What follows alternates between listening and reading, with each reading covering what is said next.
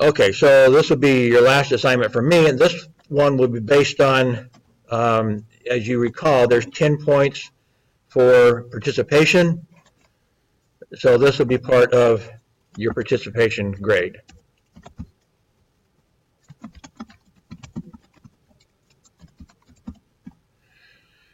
So due June 29th. Next week, Godzilla takes over. And so I will probably not be in class much, if at all, after that, unless you need somebody to, if you get sick or something, I'll be glad to do that. Maybe I'll come in to help review things before the final exam, something like that. But she takes over next week. So probably she's not going to have any assignments for you for the first couple of weeks. She's going to be getting you prepared to do the next major assignment, the third and final major assignment, which is your video-based interview.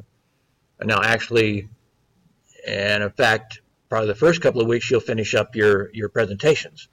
So she probably won't be doing anything in class herself, hardly, except listening to presentations.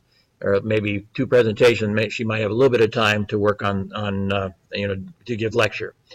So a lot of that time, so it's pretty doubtful she's going to give you any assignment. So I feel fairly confident that you're not going to be overloaded by me giving you an assignment that's not due until June 29th. And I will also put up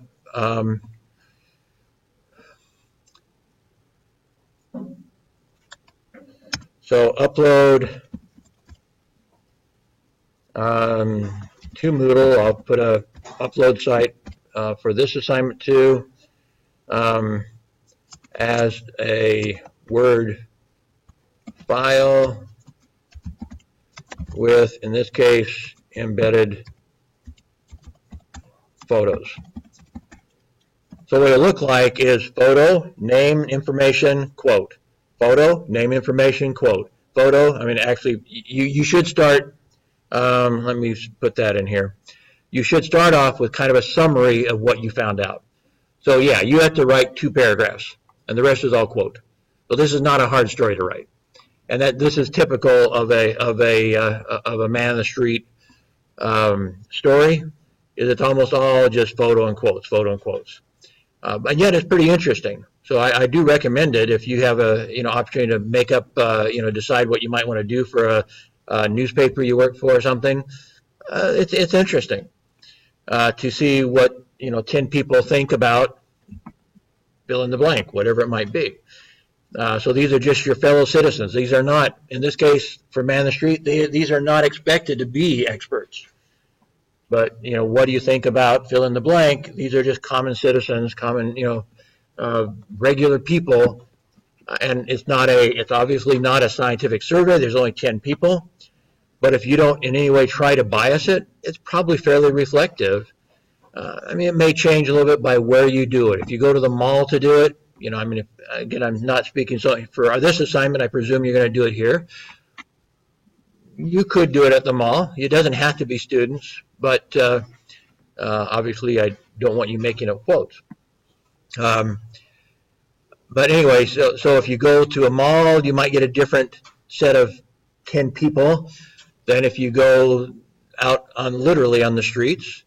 If you go to a market where they're selling more to the common people, if you go to a fancy mall, you're going to get one set of people. If you go to a mall or a marketplace where they're selling, fruits and vegetables and all that sort of stuff, and where the rich people probably don't go, you get a different set of things. So yes, part of your part of your lead into it should probably include where you did this, because that will also tell the reader, what sort of people did they likely interview. Now, if you're doing it here on campus, and that's fine, I'm not going to downgrade you for doing it on campus. My idea was that you do it on campus.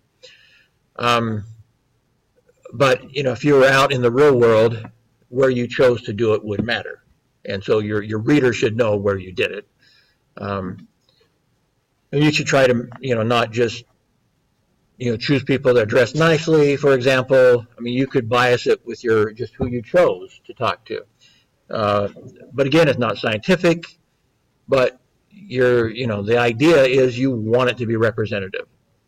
So I say due 29th, upload to Moodle as a Word file with embedded photos. I guess that should be maybe down one. Man the street, one question, 10 people, or down a little ways. Okay, one question to 10 people, take photo, just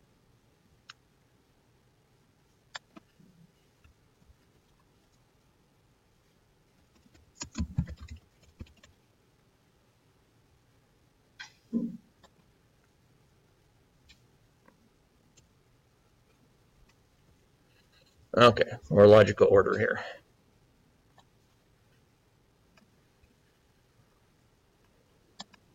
Any questions on that makeup assignment? Again, this is making up for the 2 classes we missed last week, so in theory it should take you 4 hours. I don't know that it will, but then I don't really particularly like makeup classes. I think that's kind of, first off, I don't like the idea of having to force you all into my schedule, or to force myself into your schedule when we can't have it at the same time, same place. And I think whenever something is scheduled on the calendar, they should already have it figured out. In other words, have an extra week of class or whatever to make up for the missed classes, whatever they have to do, rather than having to do it. So I'm a little bit of a rebel in that respect. But I still think this actually is probably more useful to you than coming in and listening to me lecture anyway. And I wish I'd done this before Project 2. But it's kind of late to switch these. Okay, any questions on that? Okay, so I will keep that here. Maybe move that up one here. Maybe move it up higher than that, just to make sure you've got it. Okay, I'm sorry somehow that did not get sent out to you. What can I say? I guess I did not hit post. I don't know. I thought I did. Okay, before we get into, I wanted to discuss a little bit more the idea of beats, news beats. But before that, I wanted to kind of give you a heads up on what your future employers think. Now, this is based in America, and I can't guarantee this is the same here. But one of my master's students in Kazakhstan did didn't do exactly the same survey, but did a similar survey, and he got very similar results in Kazakhstan. And in Kazakhstan, our journalism program, I'd say most journalism programs were pretty similar to what we do here. In America, one reason why the employers complain is that the accrediting body that accredits most of the university journalism programs only allows them to have 25, maybe 30% of their courses in journalism. That means 70 to 75% of their courses are not in journalism. And yet, according to the critics, according to the employers, and I've interviewed more than 1,000 or surveyed more than 1,000 executives, in other words, employers, over the years, in fact, my latest survey was done now about 8 years ago, maybe 9 years ago, actually, when I did it. And that was 30 years after I started doing my first surveys. And so actually this chart shows what, this chart compares what I found in 2010 compared to 1980. And then it broke down, and also 79. And my first published research was 1979 of magazine executives. I'm getting on my audio here. So 1979 magazine executives, 1980 newspaper executives. And then it also compared the different types of executives in 2010. And so there's all the 2010 respondents in the first column. In the third column, it's just newspaper executives. In the fourth column, magazine executives. That'd be the fifth column. Compared to the fourth column is 1979 magazine executives. So we have magazine executives next to each other, 30 years apart. And then broadcast executives in the next column, and then new media, there's internet-based executives, and then PR executives, the last one. So I expanded it. I did not do PR executives 30 years earlier, but I wanted to add PR executives in the one in 2010 in order to see if they, in some universities, they don't even allow PR to be taught in the same program. In fact, at our university, PR is not taught in our program. We were able to take over advertising, but not PR. PR is taught as part of business. In America, a lot of universities, and also we were, in Kazakhstan, we were accredited by an Austrian organization. They kind of objected to PR and journalism being taught in the same department. There's this feeling, especially among the most liberal, leftist professors, of whom in America about, there are 4 times as many liberal professors as conservative professors, and they get really uptight about what I think are stupid things. And so they think by teaching PR in the same department as you teach journalism, it's like, having a class of virgins and prostitutes, and that somehow corrupts the virgins to be taught in the same class with the prostitutes. Because PR is prostitution from their perspective. Now, I think that's absurd. First off, it's not prostitution to have a job as a PR person. It is a job, that's true. You're representing an organization, that's true. But everybody knows you're representing that organization. And if you do it well, you're going to do it like a journalist, which is the topic of one of my videos I like to show people, is that the best PR people approach PR like a journalist, except they're not quite fair because they're representing one side of the issue or one client. And everybody knows they represent that client. They're not hiding that. But it's not prostitution. So the idea that you can't teach PR and journalism in the same program is absurd. And so part of what I found out here is that the PR executives more or less agree with me. That they agree not so much about that. That part, I know they would agree with me on that, but I didn't ask that question. But what I did ask was, what skills do you need to know? And the PR executives basically said the same skills as for journalism. You need the same skills. And so it becomes a little absurd if you're going to teach the same classes and give the same skills to PR people and journalism people, why not put them in the same classroom? And the truth is, a lot of journalists become PR people. And a lot of people who might train to be PR people might become journalists because they're the same skills. And so, again, you don't necessarily know where your life is going to lead you. And some things are kind of in between. For 7 years, I worked under contract with the state of Washington to put out a quarterly publication about migrant education. Was that a journalism job or was that a PR job? Well, I was the publisher, I was the editor, I was the writer of 250 stories over 7 years on the subject of best practices in migrant education. But I did have a client, the state of Washington, and I could not attack the state of Washington because they were my client. Well, guess what? If your newspaper is owned by Petronas, try attacking Petronas. If your newspaper is owned by them. I'm not saying I don't know if they own any newspaper. I'm just saying corporations, newspaper corporations are owned by somebody. You can't attack the publisher. You will not survive. Your job will not survive. And so to some degree, all journalists are somewhat restricted. And to some degree, they restrict themselves. And this actually does relate to our subject today of covering beats. At the daily newspaper I was at, for example, owned by a major chain, McClatchy, I don't know what it's ranked now, but a few years ago it was ranked the number one, the top chain of newspapers in America. We had in our community a nuclear reservation. For years they built components, particularly plutonium and components like that, tritium, for nuclear bombs.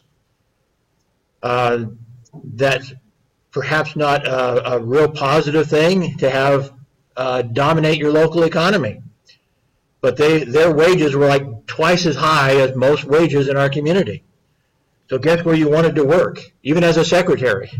If you could get a job as a secretary, you'd be paid better than a lot of other people in the community because they got their money from the federal government. And so even though they represented maybe 10 to 20% of all the jobs in our community, their salaries added up to more like double that.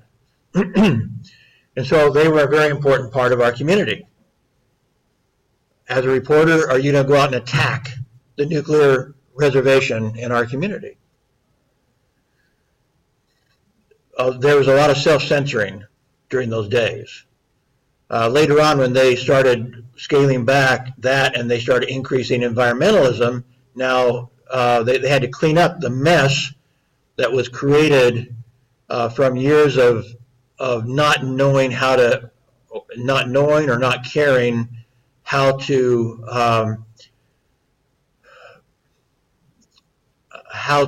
store nuclear waste. And so in a lot of cases, they just threw it out in the desert. It was a desert area. They just, we'll throw it out there. It won't bother anybody. Well, over the years, it started threatening the aquifer, all the water source for everybody in the area. Well, now you could criticize them because it was obvious they were jeopardizing, that. So, and also it didn't matter anymore because we were no longer looking for major budgets to create nuclear weapons because of the Cold War had ended with the Soviets. So because the Cold War ended, now besides a nuclear energy plant that was just creating electricity and some research, a research nuclear plant and some other nuclear facilities like that, are the whole budget of the federal government turned to cleaning up the mess they had left. And so now you could talk about the mess. It was okay because that was a big problem. They were threatening the aquifer. There were dangers to the local community. But certainly during the heyday when they were creating nuclear weapons, you could not criticize. Well, let me put it this way. The reporter covering that beat did not feel like he could criticize the nuclear industry. And even after that, it was very self-censoring. Again, nobody said you couldn't do it, I don't think. I don't think the corporation said they couldn't, but I think they felt strongly they did not dare do that because it was so important in the community. They did not dare take on the biggest economic engine of the entire community. They couldn't do it. And so, again, what's the difference between that then? You're a reporter on a beat for the nuclear industry, and you maybe even knew that they were not taking care of nuclear waste very well. How hard do you go after them?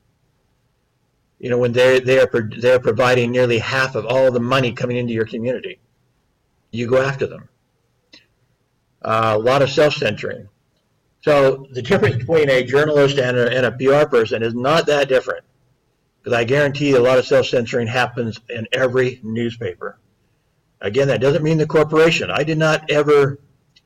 I'm not aware of this chain, McClatchy, ever telling us what we could not write. But as I said, a lot of it was just totally self-censoring, where the reporters themselves felt like, I can't write that story. And they didn't. So the idea that you can't teach a PR person and a journalist in the same classroom is absurd. Again, probably my job at the state would be considered PR. but I used all my journalistic talents to do it. I took my own photos, I wrote my own stories, I did my own interviews. I was the one that did the desktop publishing, the design of the paper. I published the paper, I distributed the paper. All I had to do was, as I was writing the stories, I'd send them out to a group of people to get their okay on it, and they hardly even read them. They all say, okay, okay, good job, good job, good job, good job, good job. And so what was the difference in what I was doing? And I mean, I never, in that particular job, well, there was one story. I may have told you this story, but maybe I didn't. There was one story that one of my supervisors said I could not print. In 7 years, one story. And everybody else, including her boss, said I could print it. But this is a lesson in interpersonal relations, by the way. I had written a story about the migrant program that was being conducted at a certain university, a state-owned university. And this university was not fulfilling its part of the agreement. They were not providing the support to this migrant education program on their campus. And so I interviewed a bunch of the migrant education people about their concerns about the university not fulfilling its side of the bargain. And so I felt like I wrote a really good story. And I sent it out to, again, a dozen people, and they all said, good job, good job, good job, good job, good job, good job. Except one lady, German lady, very hard-faced. Everybody hated her. She was not friendly. She was in charge of everybody's budget, including mine, and she never smiled. And so everybody felt justified to hating her. And she wrote me an email saying, you can't print this. If you print this, it's going to hurt our relationship with the university. You cannot print this. But her boss and her colleagues, and all the other people that supervised my work said I could. And so, I'm going to fight. In fact, I kind of fought her earlier on when she questioned how I did my job before I ever printed one edition. And I said, I'm the professional. Wait until you see the first edition. Then you can criticize if you want. And after that, she left me alone until 5 years later or so, when she told me, you can't print that story, that I'd spent maybe 10 hours driving across the state, going to to an event there, in fact, maybe more than 10 hours, doing all the interviews, writing the story, taking the photos, ready to go to press. You can't print it. So I'm going to fight. And then after I wrote this long, angry email to her, I thought, I better sleep on this one. And so I went to bed. It was late at night already when I got done. Went to bed, woke up in the morning. Oh, darn it, she's right.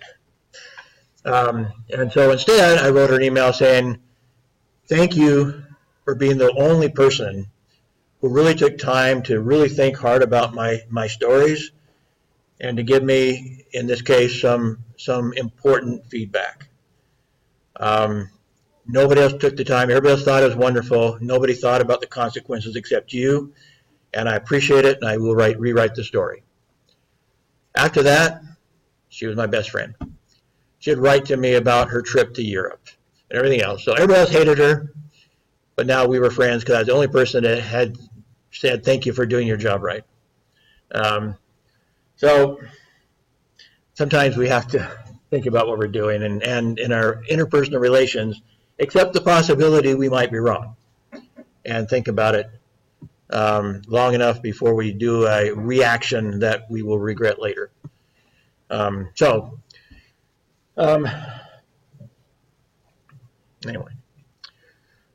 let me go over this again. I want to go over this my survey results a little bit for you to understand what the concerns of the executives. Granted, again, these are American executives.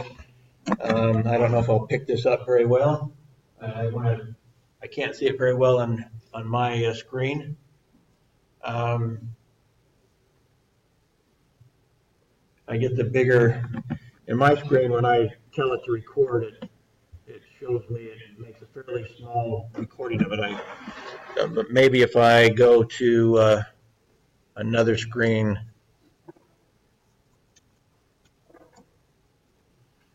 I can read it better from my screen. maybe blow it up a little bit.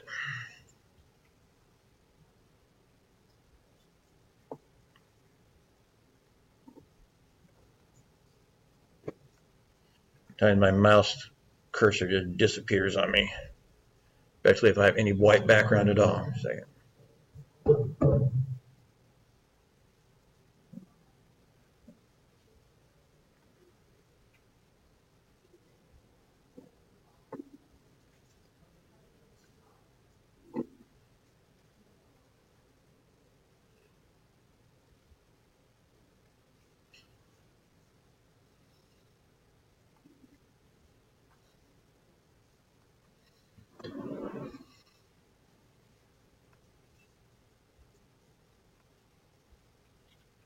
Oh, I think I can see it on this one anyway.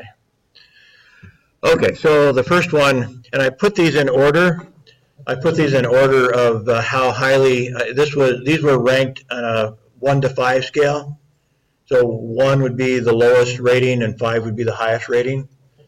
So journalism students need more training in basic grammar and spelling. That was number 1 in 2009 and 10, and it was number 1 in 1980. 30 years apart, same problem. People are, I put the ranking next to the average. In fact, it was so close, as you see in the newspaper. It was exactly the same percentage, down to the hundredths of a percent. It was 4.54 in 2010, and it was 4.54 in 1980. How's that for consistency? We never got any better. Journalism schools never got any better at teaching spelling and grammar to our students. And that it makes executives crazy. Number 2, in 2010, mass communication education would be improved with a required professional internship.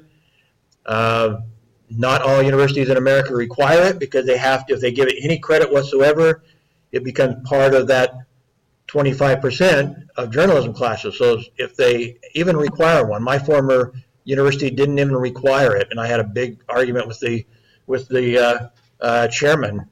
You have to offer an internship. That's what executives are demanding. And he said, but we can't fit it into our 25% of all our courses. It'd destroy all of our other courses. And so anyway, we argued about that. Again, as the accrediting committee that's driving you crazy on that. Back in 1980, the newspapers weren't quite so sure. It was a little bit below 4.0. It was number 6 in the ranking. With magazines, it was, let me see that. Yes, the overall was 4.5. Among the newspapers, is 4.46, a little bit lower than overall. 30 years earlier, it was number 7. So they didn't see that as a solution necessarily in 1980. But by 2010, they began to realize the universities aren't going to do our job for us. We need them to do internships because that's where they will really learn how to be journalists, because they're not learning in the classroom. It's kind of their feeling. So that became, by 2010, became the second highest of all their concerns. So the students should have internships. Number 3 in 2010 was journalism students need more experience in gathering information from a variety of sources for in-depth stories. So, see, what are we doing for this class? Gathering information from at least 2 sources for an in-depth story. They want more of that, actually. That's why I would really have rather this class be part of an advanced news writing class, so that not just interviewing. Interviewing's a vital part of it, but it's not the only part of advanced news writing. There'll also be other sources that you could be checking on, anyway. Back in 1980, it was also number 3. A little bit lower average score in the 1 to 5 scale, but still number 3. Number 4, actually, are 2 tied for number 4 in 2010. J students need more experience in basic reporting and interviewing. That was number 4. back in 1980 in the newspapers, it was number 2. So it was actually ranked higher in 1980. Tied at number 4 in 2010, J students need more training in copy editing. Back in 1980, that was number 4, also a little bit lower rating, but or a little lower on the scale, but the same ranking in order. Number 6, in 2010, J students need more experience in writing basic news stories. And that was actually tied for number 4, 30 years earlier. But again, there's not that much difference between them in their ranking. Number 7 in 2010, mass communication students need more experience writing in-depth stories. That was 7 in 2010, 8 in 1980. The next one, number 8, mass communication students need more experience writing analytical stories. Again, 8 in 2010, 11 in 1980, a little bit of difference there.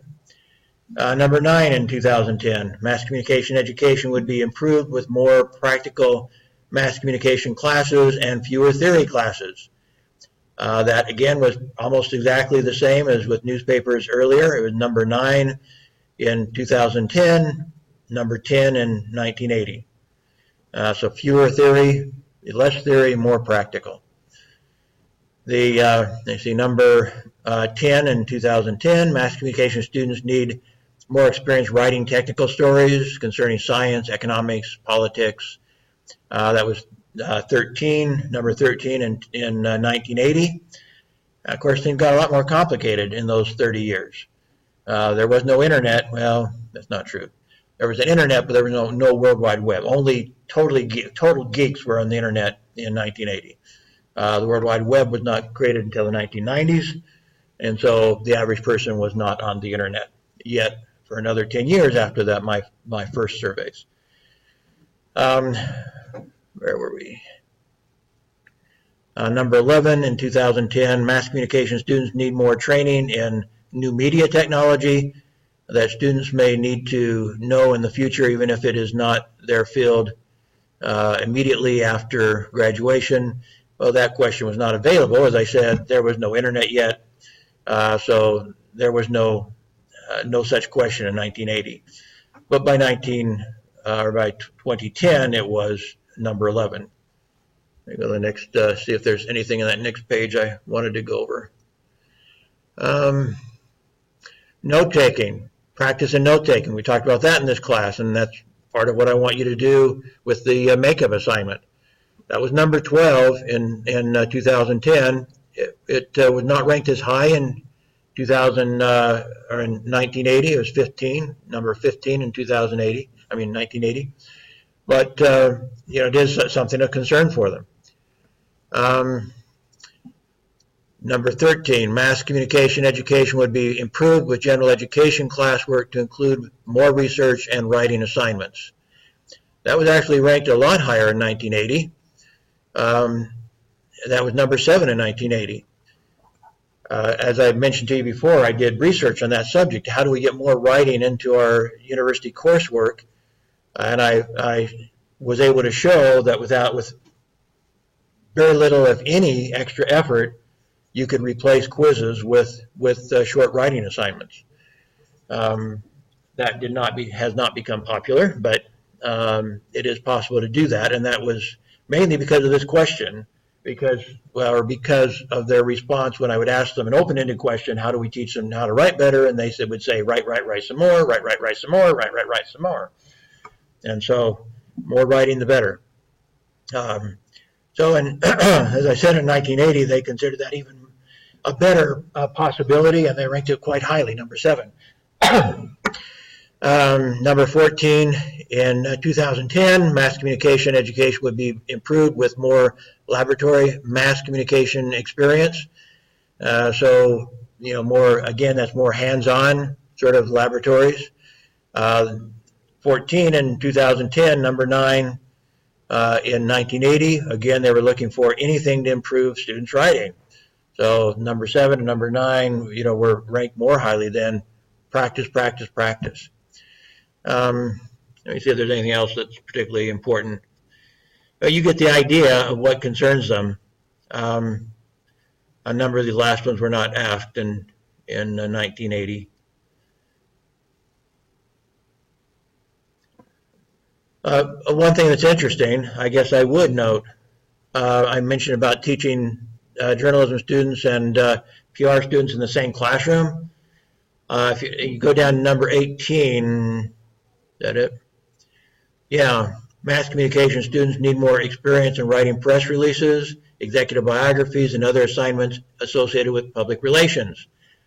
Well, in 2010, the overall was 18 among newspapers, as it would be expected. It was only number 23 among newspaper executives in 2010, but it was still actually only, I think this is relevant, only number 9 among PR executives. So you would think, I wanted to see in this latest one, would PR executives put actual PR products really high? And the answer is no. They put it number 9. So yes, it's a lot higher than the journalism executives did. 9 versus 23, as would be expected to be somewhere higher.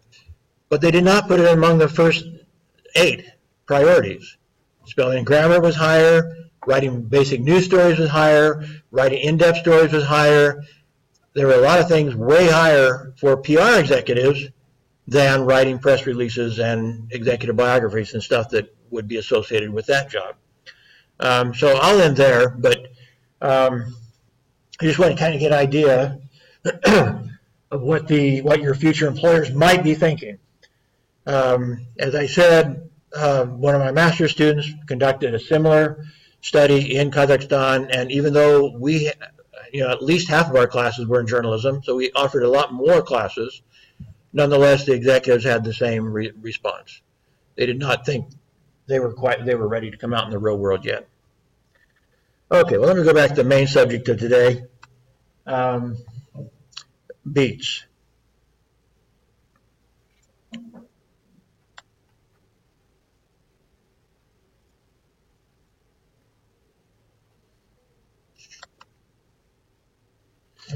I think it's already up. I just need to shift to it.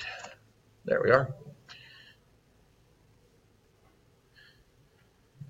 So we talked about that a little bit. I just want to give you a little bit expanded view of what you might do. So again, a beat is an assigned set of stories in a sense. It may have geographic implications. Where do you go to get your stories? It may have human source implications, by who do you talk to, that sort of stuff. The police headquarters, for example, it may not be a specific, like for example, in my city, our newspaper covered probably 3 major cities, and probably closer we could say 4 major cities, and probably at least a dozen smaller cities or towns, villages, if you want to call them that.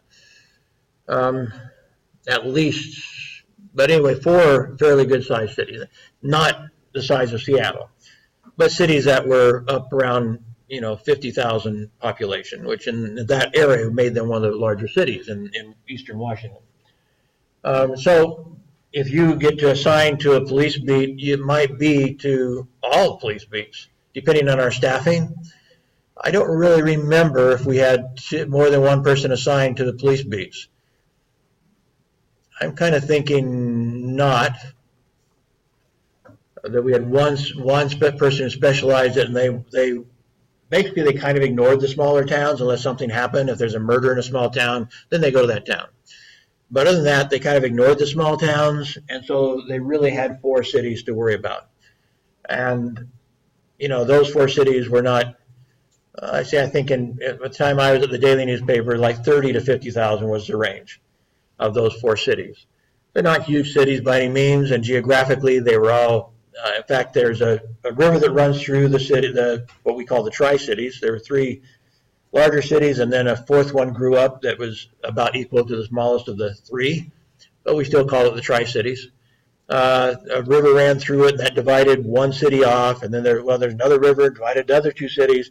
So pretty much rivers were dividing these cities, but for all intents and purposes, they were one city. There have been efforts to try to join them as one city, and the residents didn't want to. So I believe there was just one person who handled all of the police headquarters. So they just, drop by. Maybe they might not go to each of them every day. They might not. I think I certainly would have time to make the whole circuit. Would have been maybe 30 miles to stop at every police station every day. But they would also, one of the advantages of having a beat is that you get to know the people in the beat. So in this case, you know the police chief, you know his lieutenants, you know other people there in each police headquarters. And in some cases, it might just be like a clerk that you'd have to call. Anything in the news reports that I should be aware of? No, kind of quiet today. Okay, well, I'll talk to you tomorrow. That might be your contact with that police station that day. Just a quick phone call to somebody to see, is there something important that I should be reporting? And take them at their word, there's nothing going on. Fire station, same thing. Each of the cities had their own fire department, including the small cities. So again, there were, a dozen fire departments. And in fact, there were also separate fire departments in the farming area, the rural areas. They had what we call fire districts that were their own little governing body that would cover a whole bunch of farming area. And the farmers would pay a little bit higher taxes to have, and frequently those fire districts were run by volunteers. So the farmers themselves would be the firefighters. They get some training, and somebody still catch on fire. All the other farmers would run into the fire department, jump on the fire wagon, and head out to help their fellow farmer put out the fire at his farm. So there were actually more fire stations than there were cities because of the fire districts that were covering rural areas. So if there was, and I don't really remember, but if there was just one reporter covering all of them, still, you don't have a major fire very often. And so even if you end up with 20 fire stations in that area, again, a quick phone call. And also you would find, I think I mentioned before, we had a scanner, a police scanner that would also, I think, was also covering the fire department. So if something was happening, we would hear it over the radio. And if there was a significant fire, say a fire district again, they suddenly had a fire that was spreading really fast out in the rural area, they would probably be calling the other fire stations. Come help us. We've got a major fire here that's heading your direction. And so we might hear that on the scanner and we'd be heading out there to cover that fire. And also you get smoke signals. You see smoke going up, you start making a phone call. There's a bunch of smoke. We better make a phone call and see what's going on. So anyway, again, but they'd make their contacts on a regular basis. The courts, same sort of thing, except there's a lot of paper goes through courts. And the newspapers have to decide, what do we want to run from the courts? And again, it might be different in different countries, but for example, we would run divorce records. Somebody get divorced, that would go into their paper, really small type, but we would run those records in the newspaper in small type, and it was a pretty well read. People like to know. One of my friends are getting divorced. They're always fighting. So people would read those little, really small, like 6-point size, 6-point. You're typically writing stories in 12-point. So we're talking about type, half the height of the type that you use when you're typing on your, in the computer. Really small type.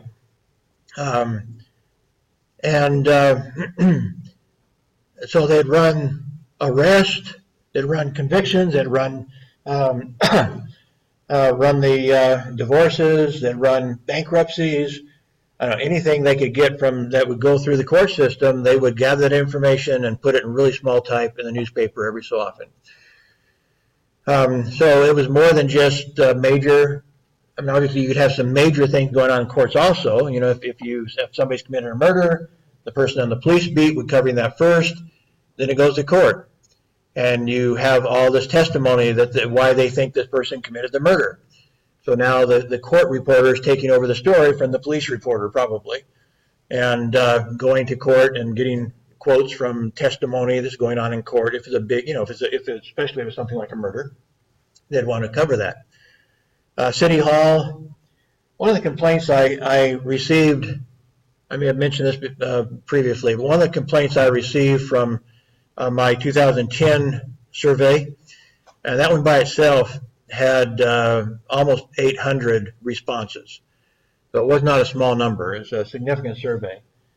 But one of the guys was complaining about this very fact that journalism students in America are not taught anything about local government.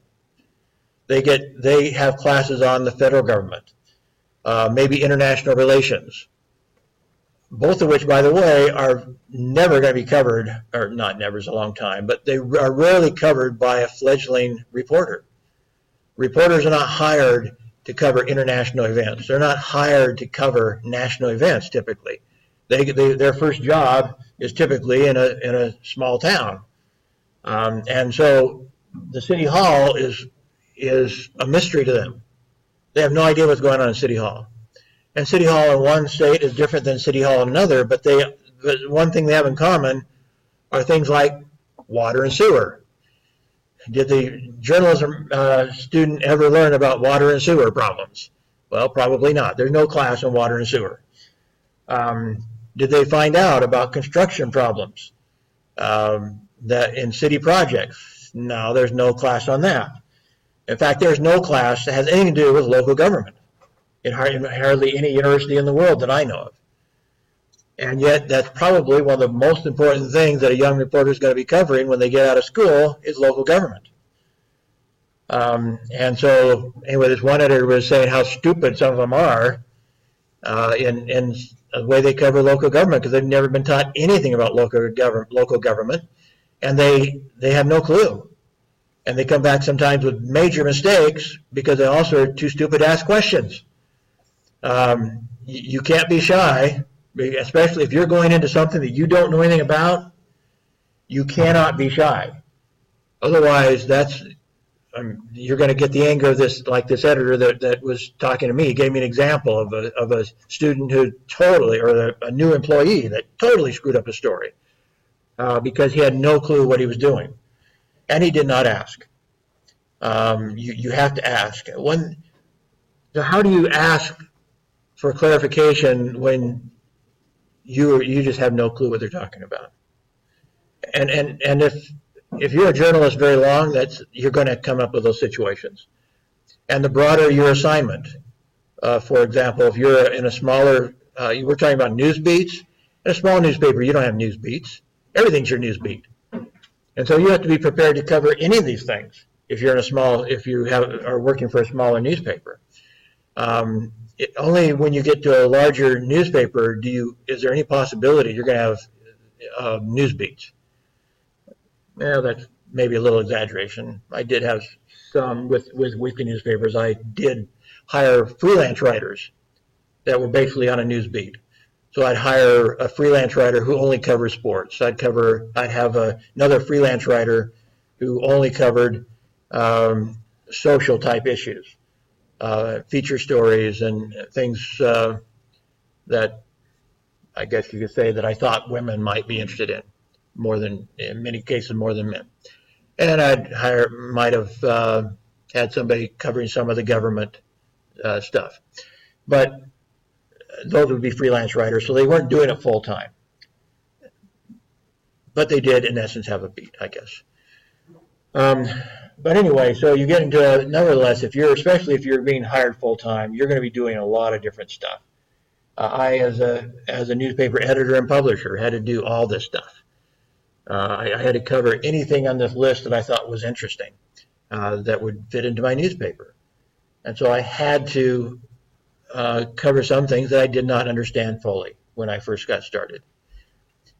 I had to ask questions. So how do you ask a question without looking really stupid? Well, one thing I learned to do was say, especially if it's really technical, I would say something like, we're supposed to try to write in kind of like an 8th grade level. How would you explain what you're talking about as if you're talking to an 8th grader? How would you explain it? It's kind of, what you're talking about is kind of technical. How about, the truth is, I didn't understand what they're talking about. But I blamed the 8th graders. I blamed all those other stupid people reading our newspaper. So how would you explain it to the 8th grader? Because I don't understand any of it. And so they, get them to simplify it for me. And actually, like I said, I might not understand it at all when I started. So that was an excuse to have them explain it to an 8th grader, so to speak. But other things, you can't get away with that. Sometimes you just have to admit your ignorance. I think the example given by the reporter, I've had to think about this. It was a construction project, and they laid down a layer of impervious, I don't know, maybe they just called it an impervious layer. In other words, you know what that would mean? It's not an often used word, but impervious means basically water can't get through it. So that's what they said about this construction. They had to lay down a layer of impervious material or whatever. And he came back and said instead of impervious, he came back with the word purple. I can't remember exactly what his wording was, but it was totally absurd. So they had to put down some purple material. No, not purple material. But he clearly didn't understand. If you don't understand, you have to ask. And that there's not a very good way of blaming that on the 8th grader when you just didn't get it at all. You need to ask, what were you saying? You were talking about laying down something. What were they having to lay down in this construction project? And get them to say it again, close up. You can hear it a little better. And hopefully you can pick out that word impervious and not say purple. And get them to explain what does that mean? What does it really do? And if you don't even know the vocabulary, then they have to explain the vocabulary to you. And when you get into construction projects, it's like that. My marketing job was in the area of engineering and architecture, and so I ran into words like that all the time. Now, in some cases I could just look them up on Google, but I would run into words that engineers know that I didn't know. And so in my job in marketing, I had to understand their lingo. So either asking them questions or doing some research of my own, Googling, whatever I had to do, I had to understand what the heck they were talking about in order to market our services. So even if you get into PR marketing, that doesn't end your need to ask questions sometimes in order not to look like an idiot.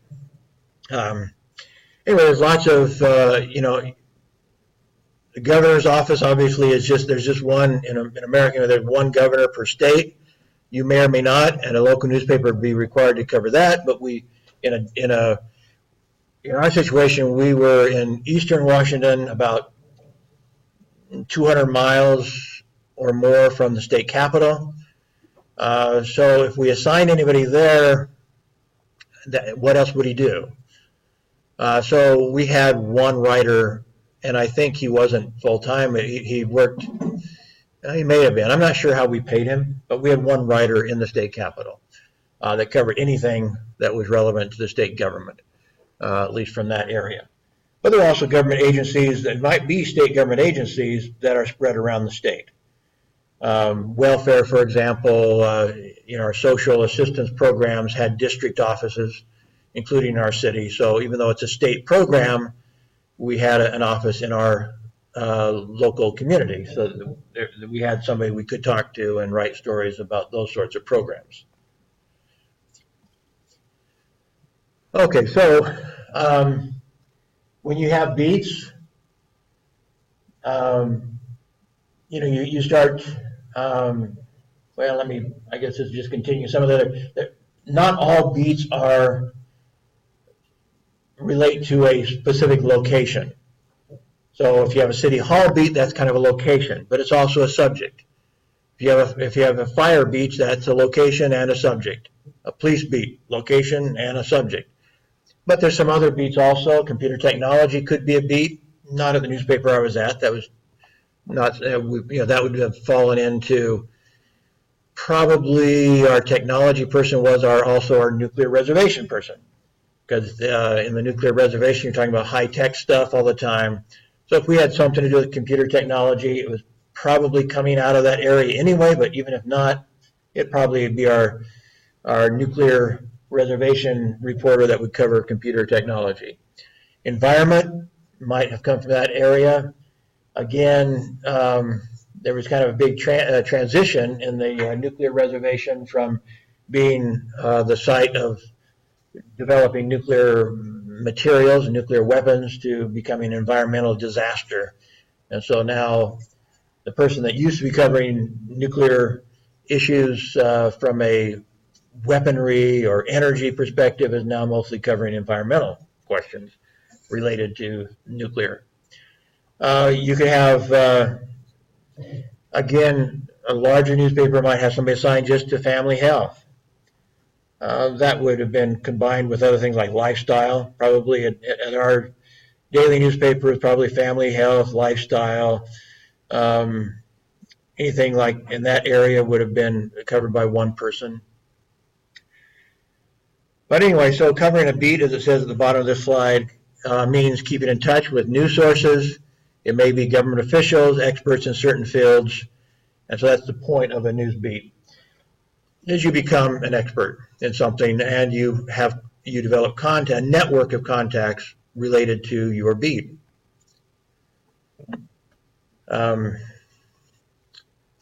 Your interviewing, therefore, is going to be a little bit different.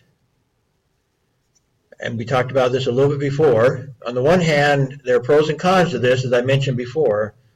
The pro to it is that you know many of your sources by first name. You might go do something with them socially. So you might become friends. Now, there's danger in doing that, especially going that far. But you might still consider yourselves friends, even if all you do is see them as part of your job. You see them every day or every week for 5 years or 10 years, you get to feeling like you're a friend.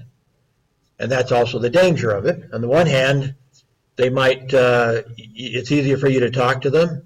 They don't feel like they can be rude to you, so they will probably tell you stuff they might not tell somebody else who wasn't assigned to the beat.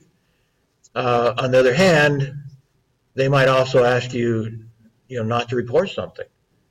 Or they themselves might have gotten into some problematic situation that you should report on, and you feel like that would destroy your contact, that would destroy your friendship.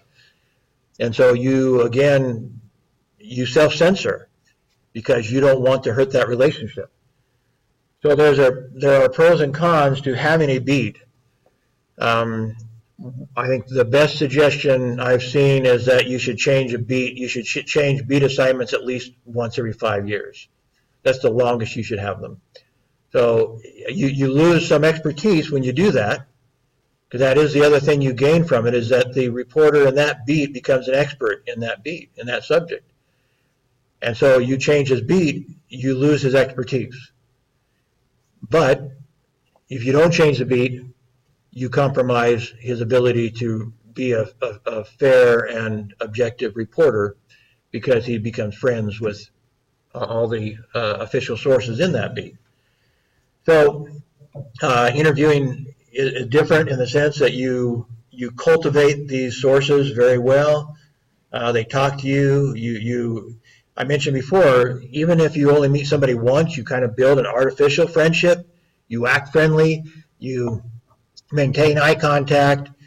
You do everything you can do to make them feel at ease with you, so they'll talk to you. And that's why, mayors have said the wrong thing and lost their jobs over it with me. Because they thought we were friends, apparently. and they didn't think it was a problem with them telling me stupid stuff. Well, I'm a reporter, and I did not feel obligated to protect them from their own stupidity. I felt an obligation to let my readers know their stupidity. So it's a matter of suddenly, my priorities were different. If that was a beat where I had no choice but to work with the mayor every day, I might have not written those stories.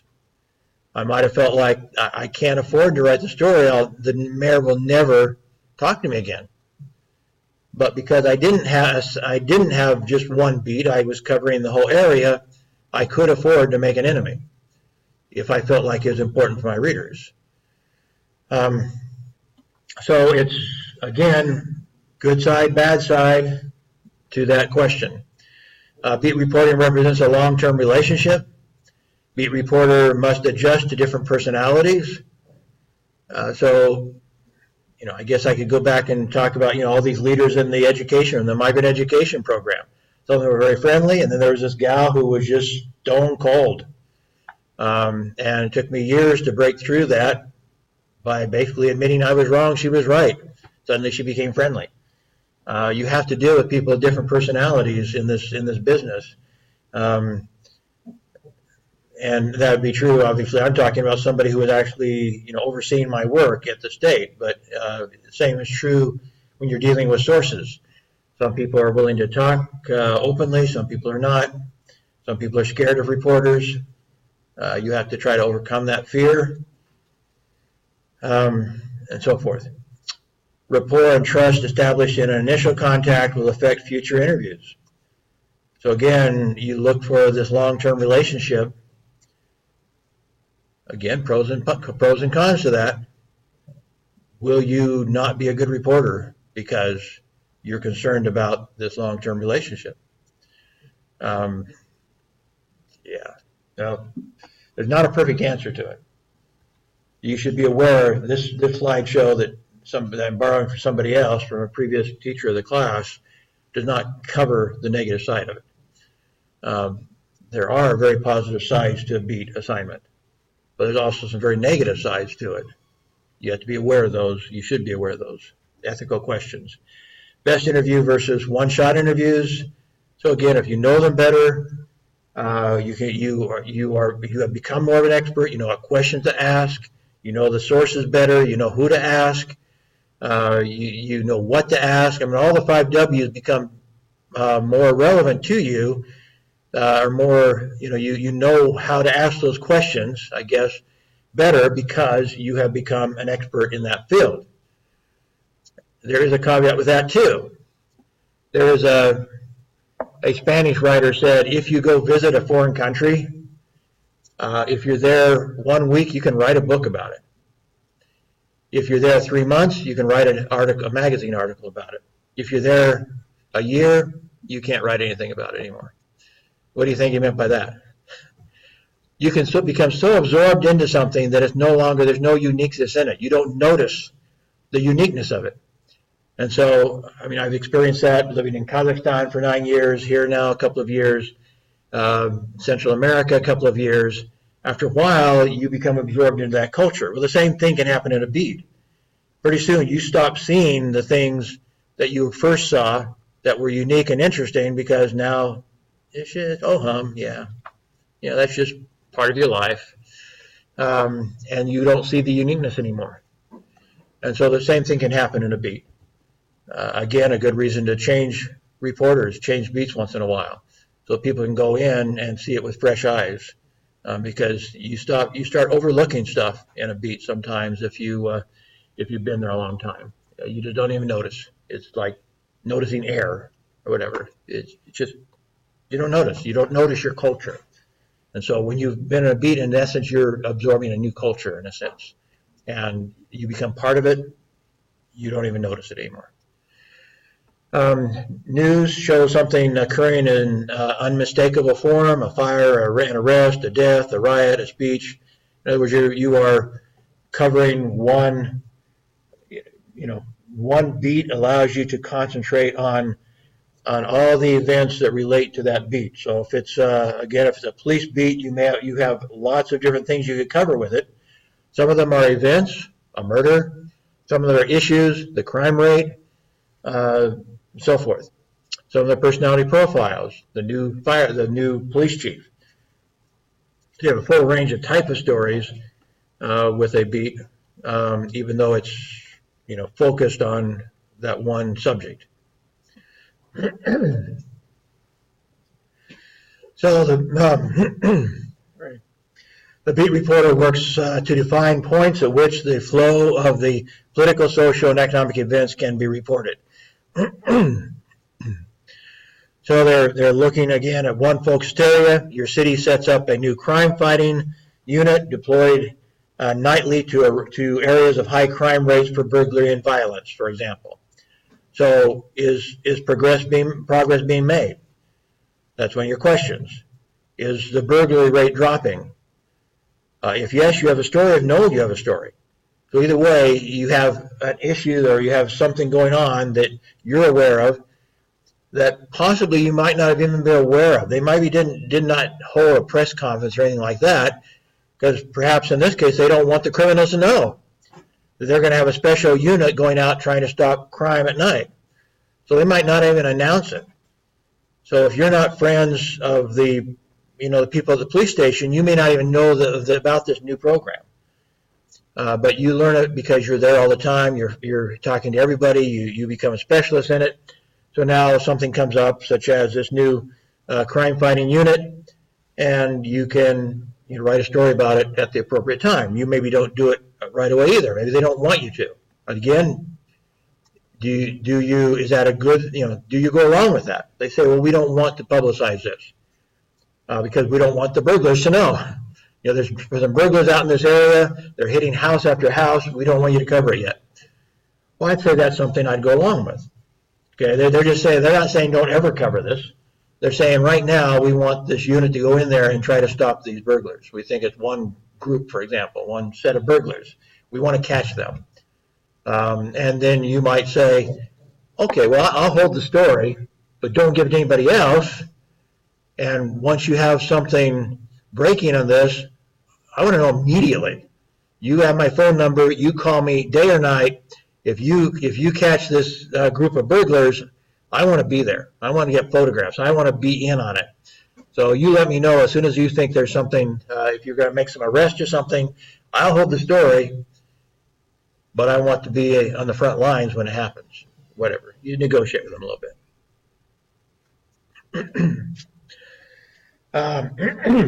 So we're talking about, again, kind of already reviewed this, the sort of stories, the emergency services. Again, it so totally depends on the newspaper. A smaller newspaper, you might have all the emergency services. What is one beat? Or you could have all those broken up into 5 beats. It depends on the size of the city. And courts, you have state court. In America, you have state courts, federal courts, local courts, juvenile courts. You have all sorts of courts that you can cover when you're assigned to courts. I don't know exactly how they're set up here in Malaysia or how they're set up in China or wherever you might be from. You'd have to figure that out. And if they assign you to courts, you need to become an expert in all the courts, if that's your beat. Again, the city services. This is in some ways one of the more complicated. If you become a reporter at a local newspaper and that's your beat, you may feel like that's so uninteresting. You've got to get over that. First off, you have to teach yourself to be interested in everything. As I said, I wrote a story on the sewer system. The sewer system in our city, the city where I was at, was leaking. And so they were sending down cameras to see where it was leaking. And then they had some sort of a robotic instrument. They go down and plug the holes in the sewer. Is this an exciting story? No, but it's interesting. They have all these little cameras and little robots and stuff to fix the sewer system. And it's important to people. It has to do with their environment. So you have to be willing to cover some stories you might even find disgusting. But it's important to the community. It's going to cost a lot of money. It's part of the budget. There's different aspects to it. the technology of it, the expense of it, why are you doing this? How are you doing this sort of questions. Again, nobody else was covering it. And those two questions I keep telling you, how and why, that was everything about this story. How are you doing it? Why are you doing it? I mean, yeah, there's all the other elements are pertinent. What are you doing? Who's in charge? So forth. But those two questions made it really a pretty interesting story. How are you doing it, and why are you doing it? Nobody else asked the question. I was the only one with that story.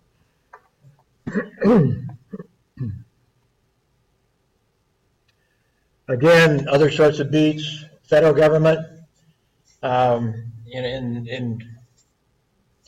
In America, some of these terms may not be familiar with you. Federal government is the government out of Washington, D.C. State government, there's 50 states. You probably know that. So there's state governments, and within each state, as I mentioned, there's different agencies that you could contact. Locally, I mentioned, of course, the city, but there's also all these other little units. I mentioned a fire district. They charge, all the people who live in that fire district pay taxes to keep that fire district going. So it is a government by itself. School districts run the schools. That's all they do is run schools. People in that school district all pay taxes to the school district. It may have the same borders as the city, or may not. Probably doesn't.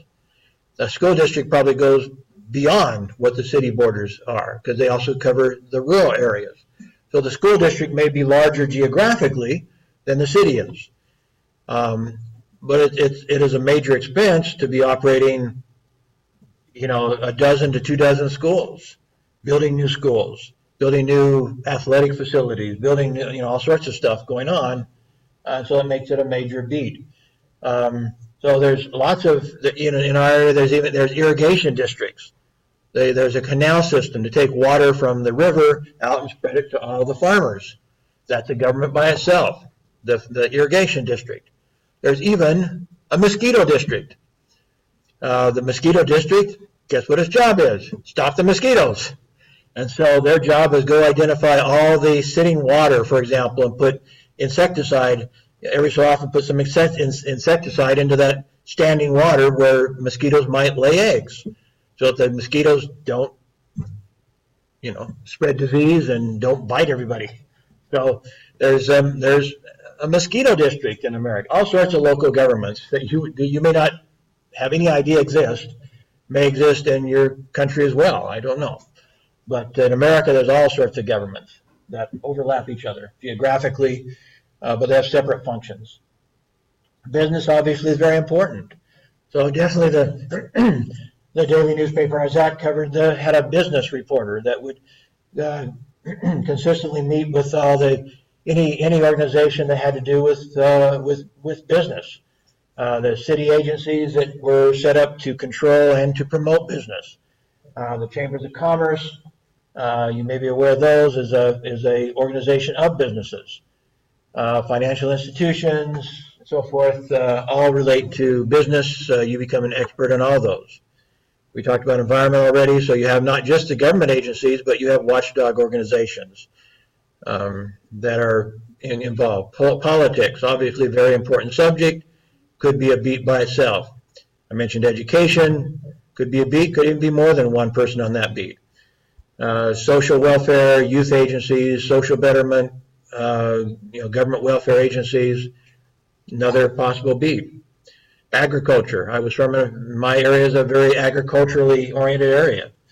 The second biggest industry in the area where I grew up, right after the nuclear reservation, was agriculture. Probably more people worked in agriculture, but more money came through the federal government to the nuclear reservation. They're both very, very important. So there's farm agencies, there's farmers themselves, there's farm organizations. There's all sorts of stuff. When you get into that, you get into the farming business, agribusiness. You get into export, import questions if you're covering agriculture, stuff like that. So there's more questions than just indicated here. Transportation is important, entertainment, medicine and health, sports. All of these are potential beats. If you were running a fairly good sized paper, you'd be setting up beats You'd be deciding how many reporters do we have, how many beats do we want to set up, what do we want to cover, this list, could we combine some, do we even add some? What do we have to do to cover our area? Depends on your budget. The editors control the budget and the assignments and oversee the work of the reporters.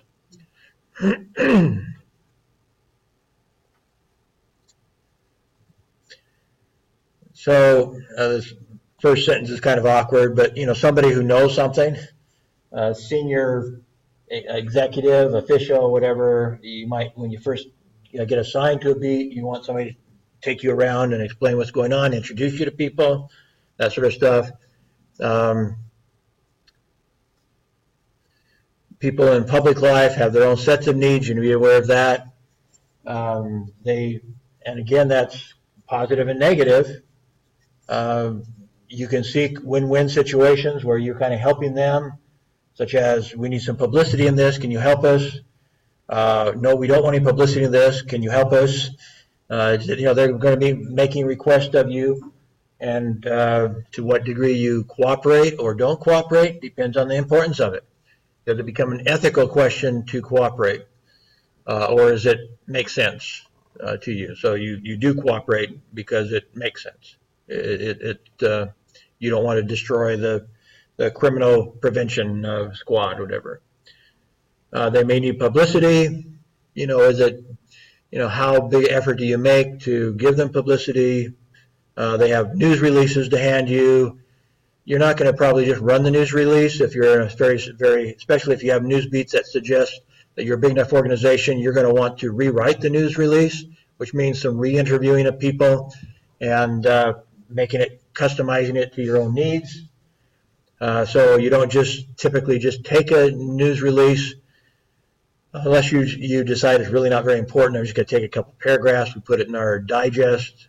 It's not important enough to do any separate interviews with, so forth.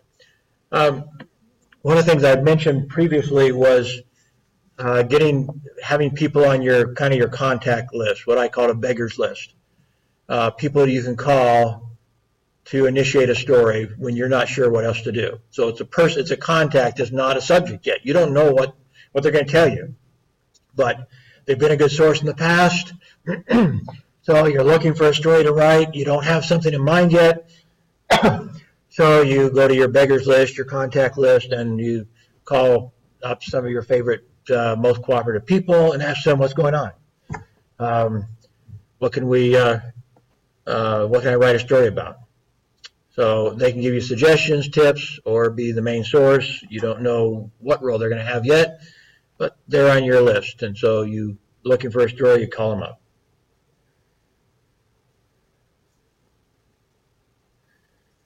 You do need to, it says here, you need to have a definition of news. What is it and how to recognize it when you encounter it. I talk about the nose for news. You learn part of that by just seeing what other people have done. If you go to work for a newspaper or a TV station, they may have what they call a morgue. A morgue is where they take dead bodies. Well, in a newspaper sense, a morgue is where they put old dead stories. So you have a morgue of old stories, and maybe if you're new, you want to go to the morgue and go see all the old stories they wrote about before. They'll help educate you on what's going on, what has happened in the past, what sort of issues they covered then, what maybe are issues you could cover now. So in a news organization, the morgue is very important.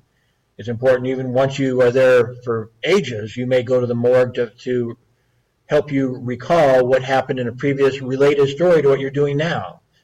And so if there was a murder in your city and they never found the person until suddenly 10 years later, 20 years later, 30 years later, they have a suspect.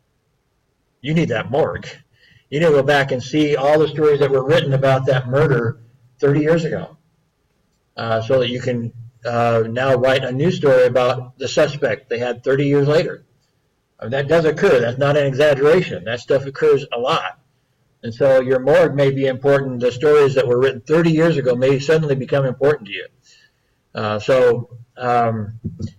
Yeah, beware of the morgue. There should be, every organization should have a morgue, at least electronic, if not if not, paper. And the same with video. If you're a TV station or somebody who specializes in video, an online news source, that stuff nowadays should be, you should be able to make an electronic morgue out of that stuff. And so almost everything, if anybody who has the staffing to make that transition, they're going to try to put everything into the morgue eventually. Even if, if they have a paper morgue from 30, 40, 50 years ago, they're going to want to gradually get that morgue on into an electronic format for historic reasons, if nothing else. So that becomes important. That's, you need to read a lot as you get prepared for to cover a news beat, and then morgue is part of it, but also Google, whatever. You need to get online and try to find out as much as you can about what you're going to be covering. Obviously, get to know people, get their contact numbers. I mentioned before, I covered a lot of city stuff as being the most common source of stories that were important, that would be front page. And I would have, in many cases when I was working weekly newspapers, I had a small staff. So cities were very important to me. So one of the first things I'd do is go to city council, and while they were talking about sewer systems and stuff, if it was not an interesting subject, the sewer system, I'd be taking pictures of them. And I'd be getting right up there. If they're sitting here in the front row, I'd be this close to them. They're talking to each other. I do not want them posed. I've talked about that before. I don't want posed pictures. So I want them talking, even arguing, whatever, but I did not want posed pictures anyway. So I didn't want to stay after and take their pictures, because what would they do? They'd stand there and smile. I'd have a posed picture. That's not what I want. I want a picture that has some expression in it. So I took lots of pictures of every person on that city council. I would suggest that you should do that as you go out and meet people. And maybe, again, you have to try not to get them smiling. You ask them a question, just keep talking. I'm just going to take a couple of pictures. So you're trying to prevent them from posing by asking them a question that they have to address while you're taking their picture. That sort of thing. You want to get rid of the pose pictures, so you take their pictures, you have them then electronically in your file. So you call them up, and they become your source for a story. You may never see them in person for that story, because you're in a big hurry, or it may even be an email interview. We've talked about that before. We already have their picture. So now you can run a story, you have their picture, and you build that picture file more as you spend a little more time. If that person becomes an important source for you, then you get better pictures of them. You get pictures of them in their office. You get pictures of them in the jail. You get them interviewing somebody, whatever. You start getting expanding your photo file along with everything else, because that person's important to you. And in this day and age, because advertising is dropping in the traditional media, the first job that's being left unfilled when people retire or whatever is photography. At least in America, the number one jobs that are being lost in the industry is the job of photographers. They're just handing the camera to the reporters and saying, "Here, do your own photography."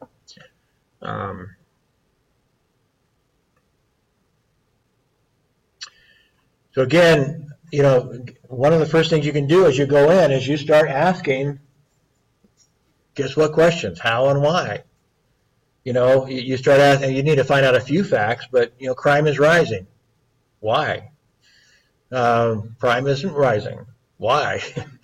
There have been some changes in the crime rate or in whatever. Why?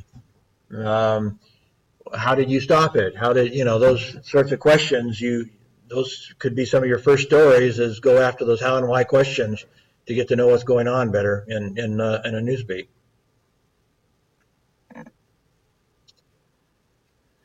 I mentioned establish a futures book, an appointment book, list down ideas and events.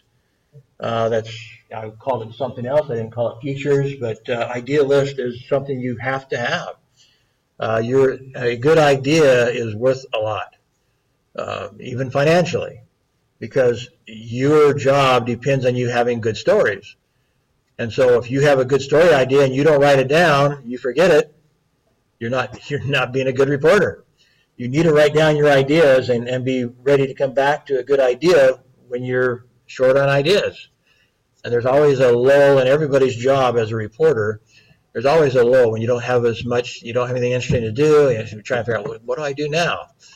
And so again, the beggars list, or the list of your contacts, calling them up kind of randomly, but also this, what they're calling the futures book, the ideas you had that you didn't do yet. Write those ideas down. They're worth a lot. Again, meet your prospective sources one by one. I mentioned before that one of the things I did in Tampa was take them out to lunch. You may not have the budget to do that, but you don't necessarily have to pay for their lunch. You're talking to them, hey, why don't we go grab lunch? That you're not offering to pay for it for them, and you're maybe just going to Burger King, but spend some time with them, and so you get to know them a little better. You can, and they feel more friendly. You can ask, and as you're talking, as I said, I've got a lot of good stories by just taking somebody to lunch, and I didn't know what story I was going to write, but suddenly I find something that's important. So I got a lot of good stories from that.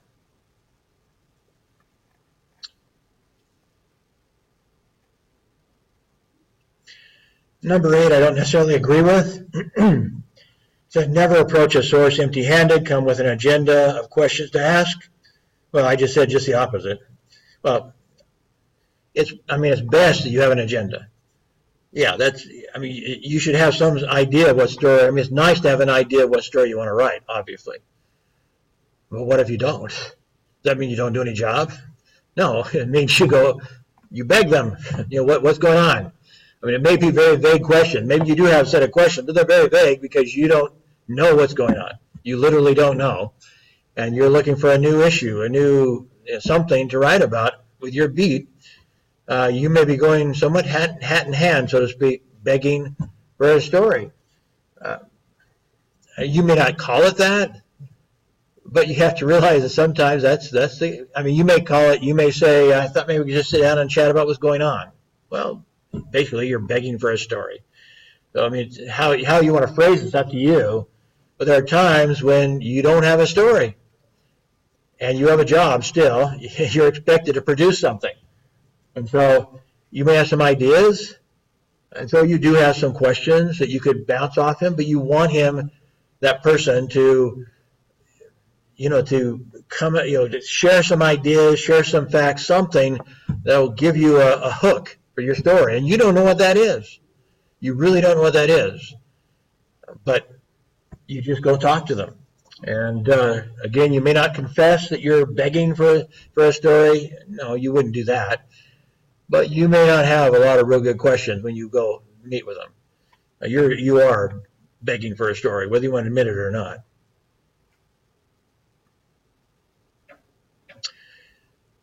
Inform potential sources on the realities of the news business.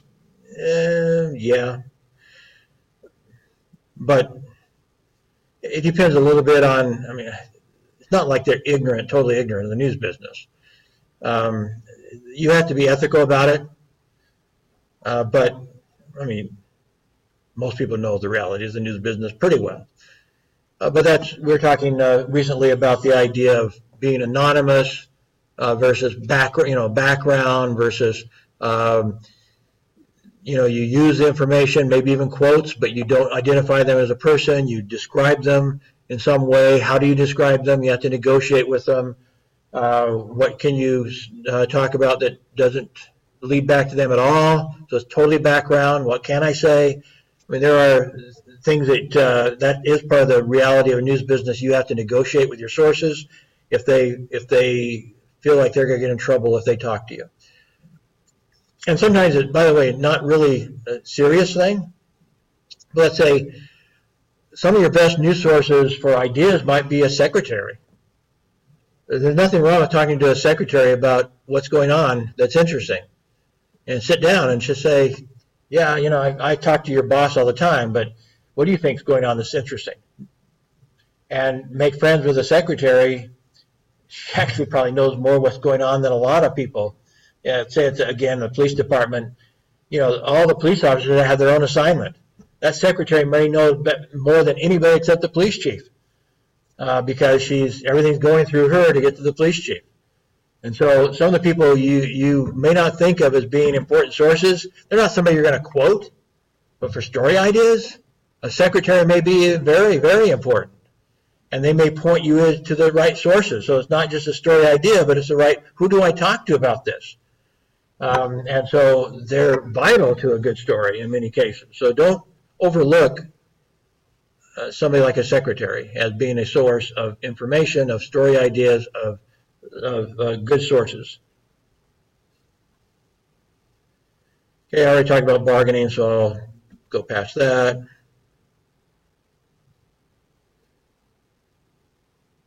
Kind of already talked about this. Sometimes the source has story ideas they want to promote. It may be in the form of a press release or a news conference, or just telling you we ought to just do a story in this, whatever. And then there's some that you initiate with your interviews and so forth. And again, as I said, I do not rule out going to your source and essentially begging for a story. I mean, you're not begging for a story, but you're asking for story ideas. So this is somewhere in between. It is coming from the source, the story idea is coming from the source, but you're initiating the contact with them and you just don't know where the story is going to go. So it's kind of both. So it does now talk about blind questions. So when they said go in, always have questions. So these might be your questions when you don't know what you're going to cover. What kind of problems cause you the greatest concern right now? So it's a very vague question. What projects are you working on? When members of the public talk to you, what concerns are on their minds? What do you tell them? What stories could the paper run to help meet your goals?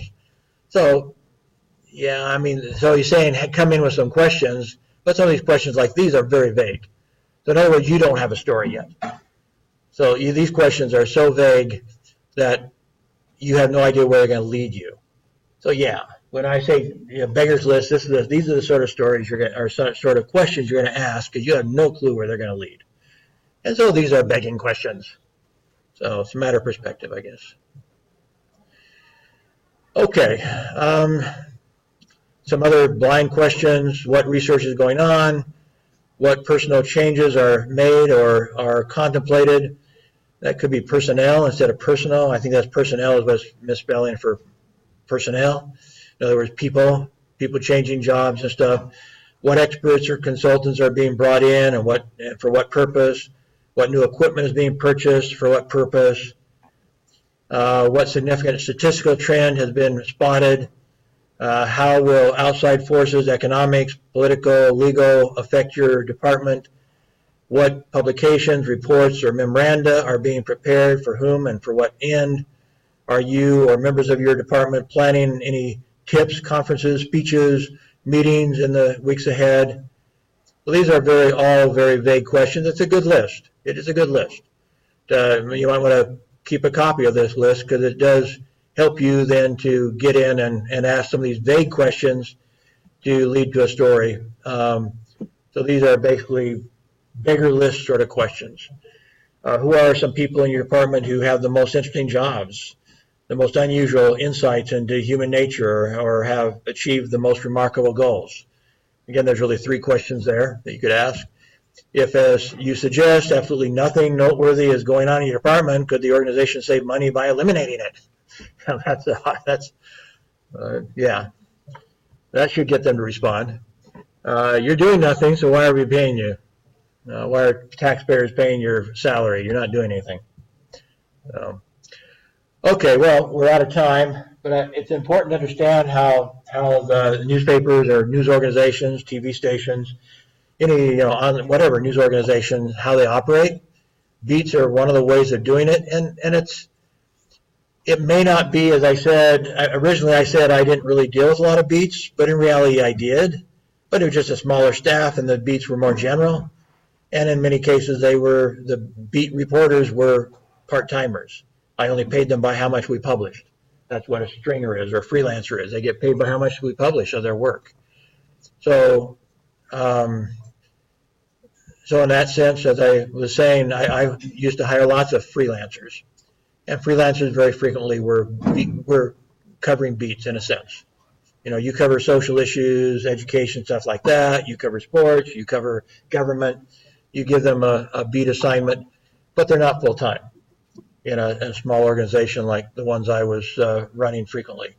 They were part-time reporters, had good writing skills. I could teach them the essence of what we're talking about, how to do an interview, stuff like that. And they became very good reporters really fast. That's not really that hard.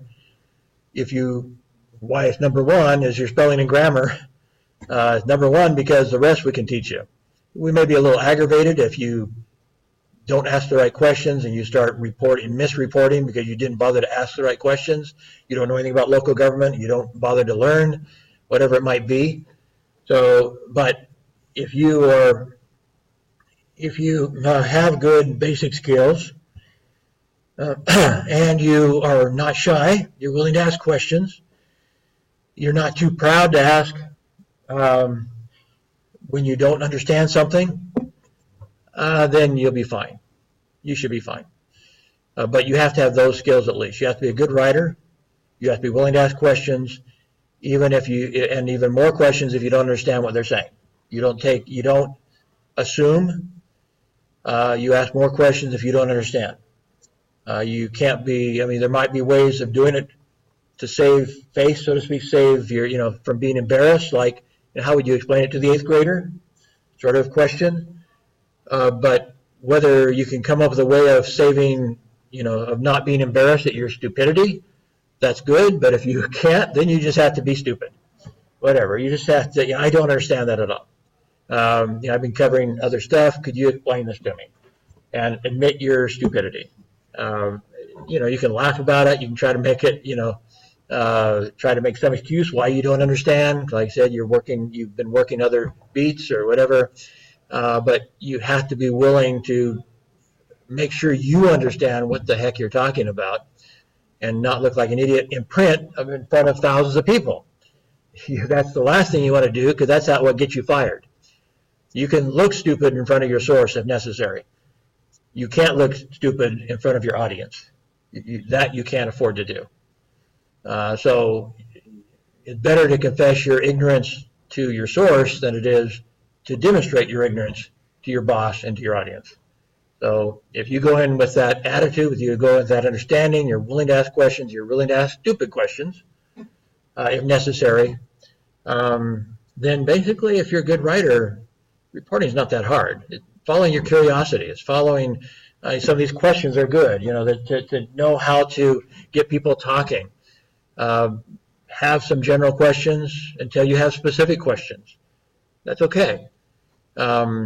Because they're the experts in it. That's why you're going to talk to them. They know stuff you don't know. So general questions frequently lead to those specific questions when you get there. So not a problem particularly. And in fact, like I said, it's sometimes useful to come in ignorant. Because like I said, I was talking about the culture and so forth. Once you get absorbed into that culture, you may not think to ask questions that you thought of when you were first there, and your readers still have those questions. Your readers haven't been absorbed into that culture and that situation. So your readers may still have questions that you haven't answered for them because you've been absorbed into that beat and the culture of that beat and the people of that beat and the questions of that beat. You're still part of it now. It's like breathing air. And so it's okay to go in ignorant into a new job so that you do see it more like your audience sees it, ignorantly. That's okay. Because now you look at it with fresh eyes, you look at questions that the beat reporter that had it for 5 years didn't even think about it anymore. He can't see it.